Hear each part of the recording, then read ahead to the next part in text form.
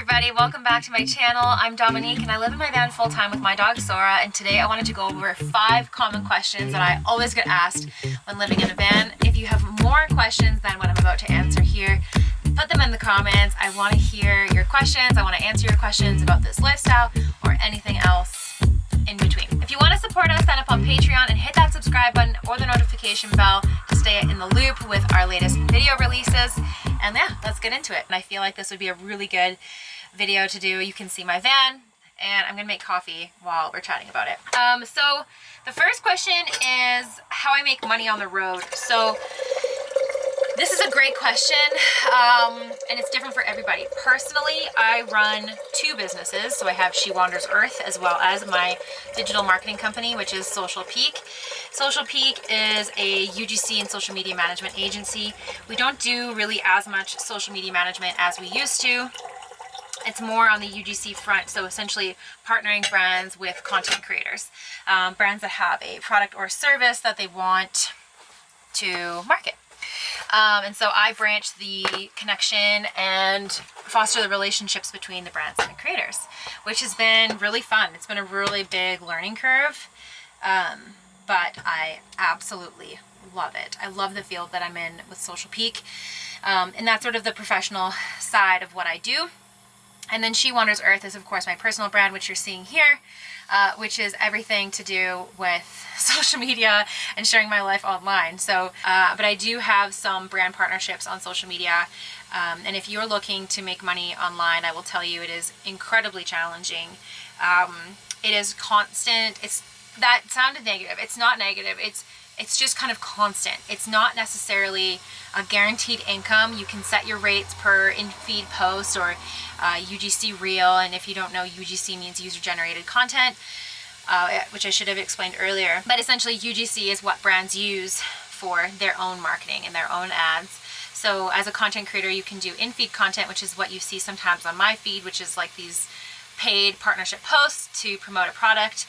And then there's UGC content, which is something you wouldn't see, that is essentially either filmed on, a Sony like this camera or my iPhone, depending on the partnership, and that gets sent to the brand and then they use it in their ads or on their social media or on their website, and then there's licensing fees and things like that sometimes. And then there's also photographs, so you can generally add photography if it's a skill that you have to any package that you do with a brand. So I do that, and then affiliate marketing has worked in the past sometimes. It's something that I do. I have affiliate links for a lot of things, but realistically, when you have 20 affiliate links, like unless you're a blog, I could be wrong, but this is my take. Unless you're someone who's writing consistent blogs and always having clickable links here and there, which is generally to like an Amazon store, you're not necessarily generating income from affiliate links. So I had one brand that I was working with that it was a high ticket item. So the item was like at least $2,000.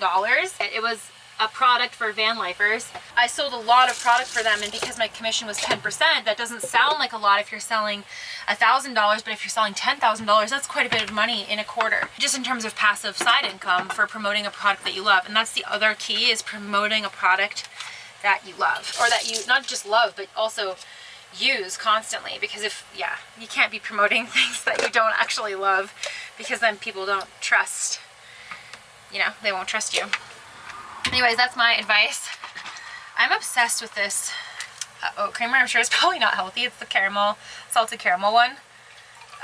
But anyways, I think those are like the main things that I do in terms of income for myself. And when I say it's constant, it is because you're doing a lot of outreach all the time, reaching out to brands to work together, and then for brands that you've worked with in the past, trying to work with them again, because at least for me, I prefer to work with the same brands on a regular basis than these one-offs, because the one-offs are great, but then again, it's unpredictable income. And also, if your audience only sees one thing one time, it doesn't get that same, it's better to be promoting the same product, because that's just how things sell better and brands get better awareness, is by having sort of that consistent, like, oh, this person is promoting this, you know, and they use it daily, and they actually, you know, you're using it behind the scenes and in front of camera. And so yeah, anyways, that's my take on brand partnerships. But honestly, quite often brands just want to work one time, which is fine.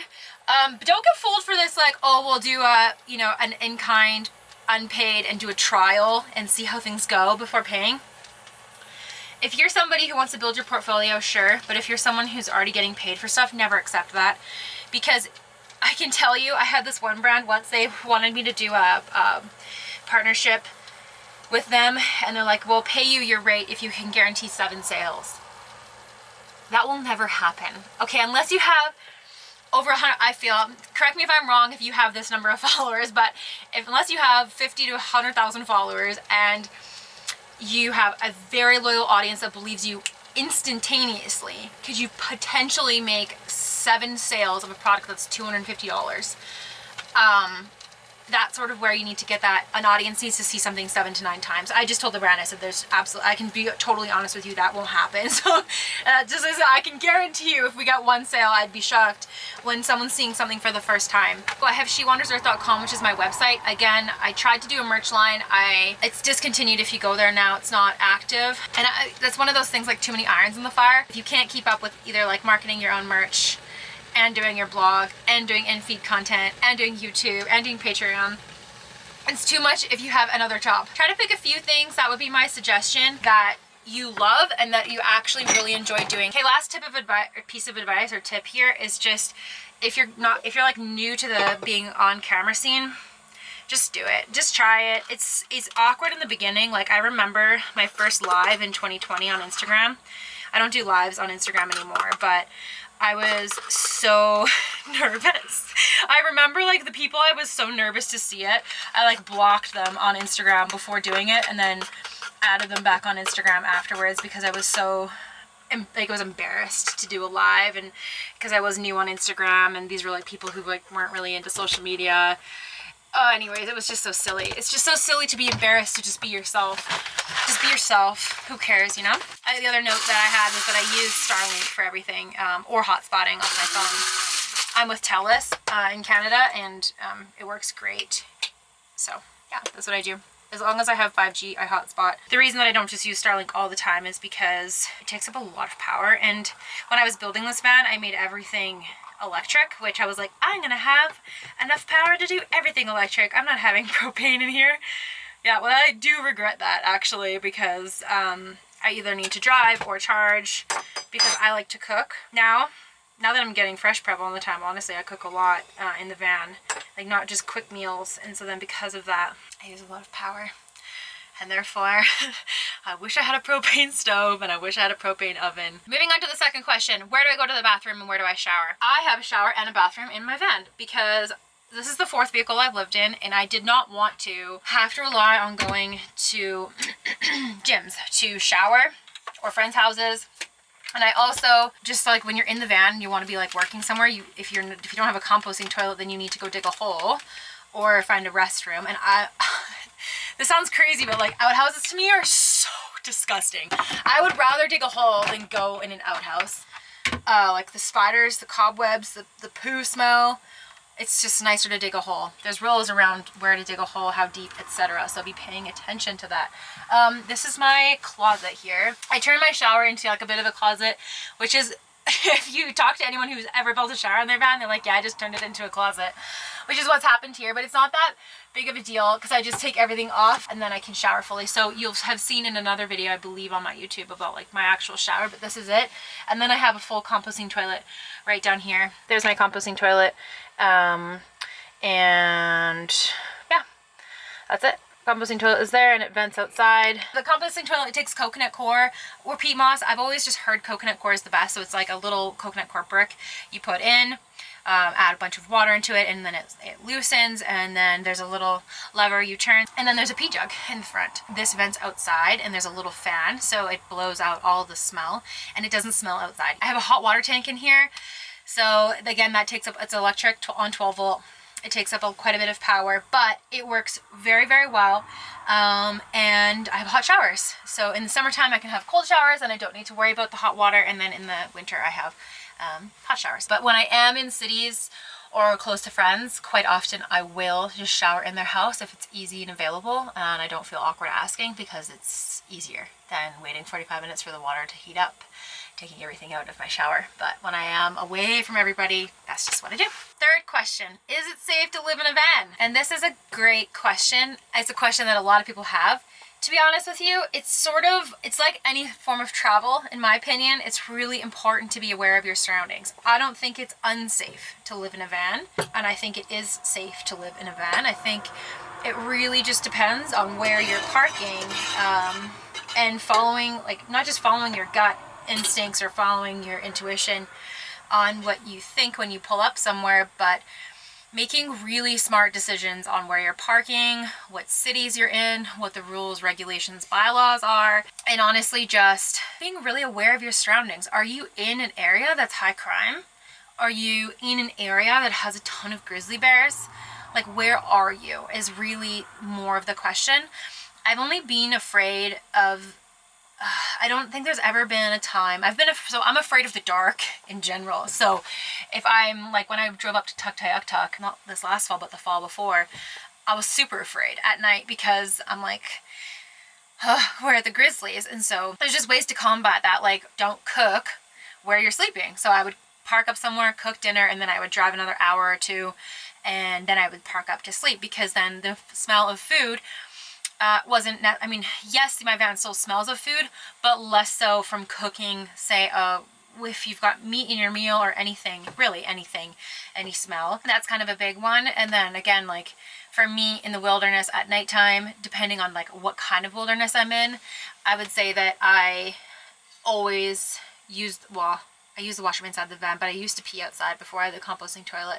So, like, you know, take Sora out for her last pee walk, do anything outside of the van, whether that's bringing Starlink in or putting Starlink out, or just anything I need to do outside before it gets too dark, and then I'm not afraid to go outside. That's the one thing. And then in terms of people, I think that's sort of the bigger question. In Canada, we have a little bit of different regulations than in the States, but there's just different ways to keep yourself safe. Again, if you're looking for like specifics of how and what I do to make sure that I am safe, DM me and I will let you know. But just taking certain precautions to make sure. One thing that is important is like having a dash cam or having cameras. And then I have an Arlo camera. So it's a motion detecting camera. And then I also have a dash cam. Those are the safety things there. The other thing that I would often do was Google crime rate in different places. Like, I'm not going to name places in the States because I don't really think that's fair. I'm not from there. But there's definitely some areas that I wouldn't go again. In Canada, the one place that you really want to avoid is Prince George. Hands down, don't stop there. Don't sleep there. When I did stop there, I slept at a Ford, like at an actual dealership. Like, I parked, my van is a Ford Transit, so I parked in Ford amongst the other vans, and that was like my move. And they're the highest crime rate in Canada, I believe. So just keep that in mind. So yeah, just doing your research about places, asking people.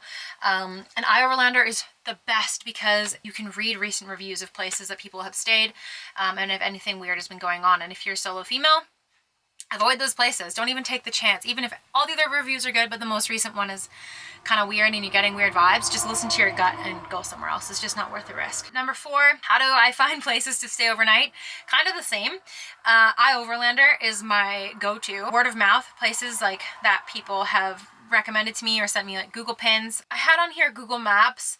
When I was going north, I didn't use iOverlander as much as I used Google Maps because I would look for places to pull out either near a river, or I'd like follow roads in and just sort of have fun. Later checking that most of those spots were they were already on iOverlander as well. But iOverlander is truly the best for finding places to park. I think it's always BLM land or public land. In Canada, it can be FSRs, which are Forest Service Roads, and what we call here Crown land in Canada.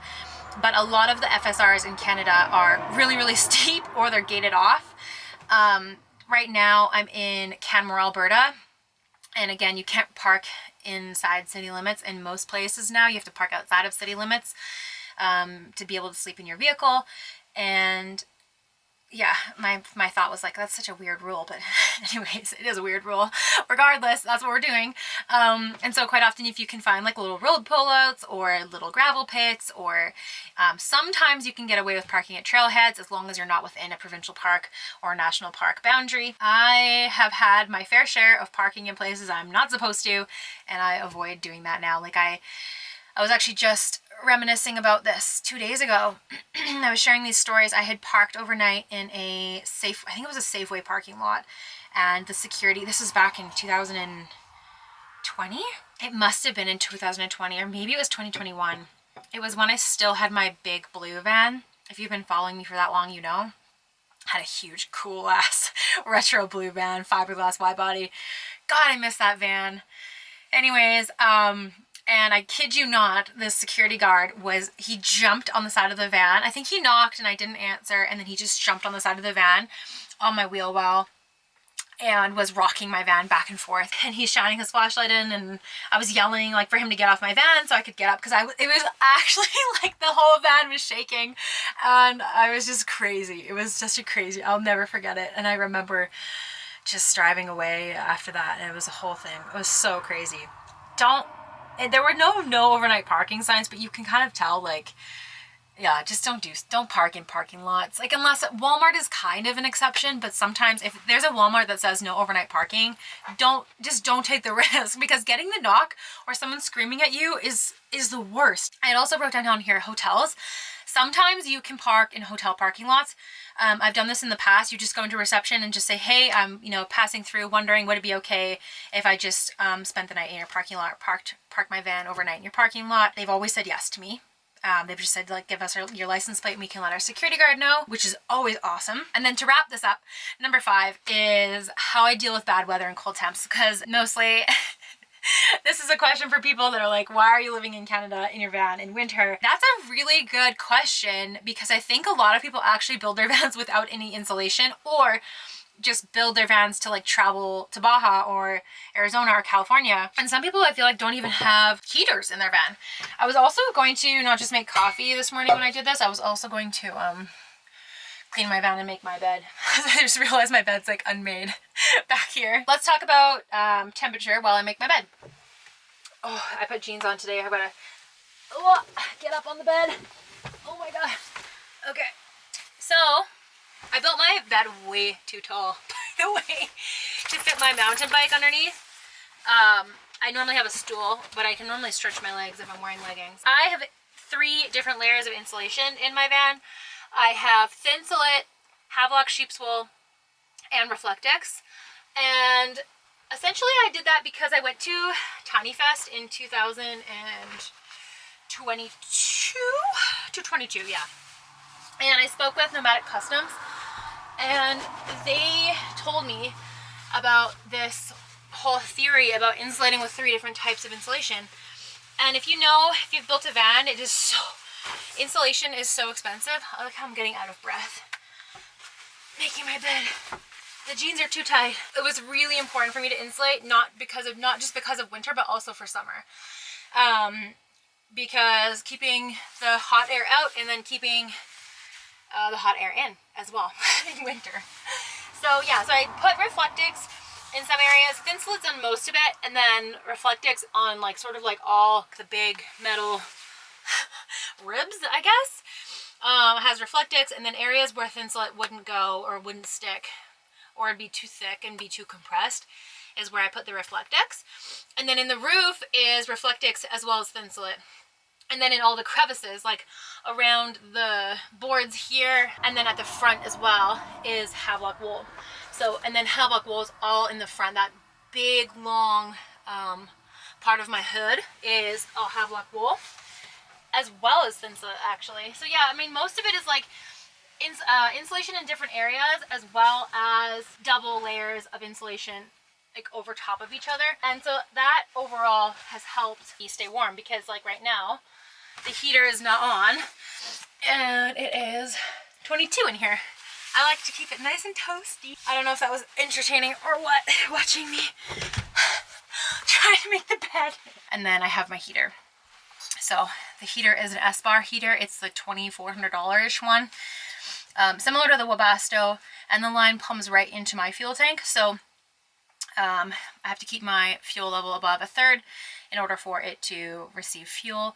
It has that safety measure, like it will never run you out of gas. That thing I can show you here. It pumps out hot air.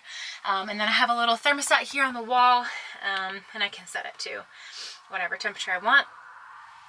But yeah, that's how I stay warm. But like, I use this is a Nomadics like puffer blanket that I have on top, and then I have a fold down blanket. And honestly, it's too hot in the night. I quite often turn the heater down to between 16 to 18 degrees, and then during the day I quite like it to be warm, so I turn it up to 21 or 22 because I like to be toasty when I'm working. I think just like in general how I deal with bad weather, yeah, like when it's minus 30 outside, okay, the coldest I've been in the van is minus 20.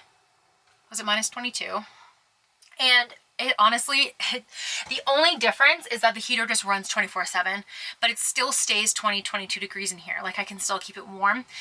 Underneath in the garage in the back is where it gets cold. The heat does not get back there properly, so then you're dealing with like making sure that your water lines are staying thawed. I have a Mr. Buddy propane heater that I have as an emergency heater, and when it was really, really cold, like the minus 20 days, because it would get so cold back there, when I would go to charge my batteries at night, if I was plugged in at a campground, I would actually heat the back area up with the Mr. Buddy. So I'd crank the heat back there, and then that way the batteries would warm up to temperature so that they could charge more efficiently. I don't have a battery like warming blanket for those batteries, but I should. That is something that I should have had. And then same with my water lines. I did have some freezing, but it turned out that I thought I had burst a water line. I hadn't, but I ended up putting like it's kind of like a foam insulating wrap that you put over the pipes, and that's what I did for that. Again, yeah, if it's really cold, just making sure you're checking all your pipes and everything, but I always keep the heat on. It's always on in the winter. It never is off overnight. Doesn't matter what I'm doing, where I'm going, it's always on to keep the temperature of the van warm. And then I have window covers by Van Essential, and those work insanely well. Like I can't even tell you in the summer how hot they are on the side of the windshield to how not hot they are, like how room temperature they are on this side of them is wild. And then same with winter, like it's completely frozen on the windshield side of it, but it's, you know, warm on this side of it. So they work really, really well.